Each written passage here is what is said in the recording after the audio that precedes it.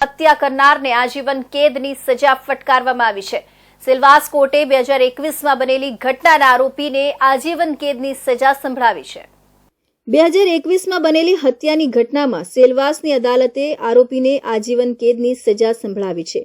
કેસની વિગતો મુજબ દાદરાનગર હવેલીના આંબોલી નવી વસાહત ખાતે રહેતા સુરાલી ઉર્ફે મુરલી જીનકન યાદવે પોતાના પાડોશી મહદુ બરાત સાથે બોલાચાલી થતા સુરાલી યાદવે મહદુ બરાત પર ચપ્પુ વડે હુમલો કર્યો હતો।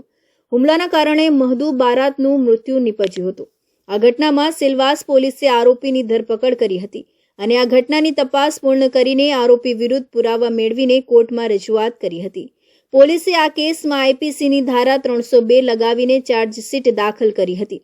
બંને પક્ષની દલીલો સાંભળીને કોર્ટે આરોપીને દોષી ઠરાવ્યો હતો અને આજીવન કેદની સજા અને 5,000 રૂપિયાનો દંડ ફટકાર્યો હતો।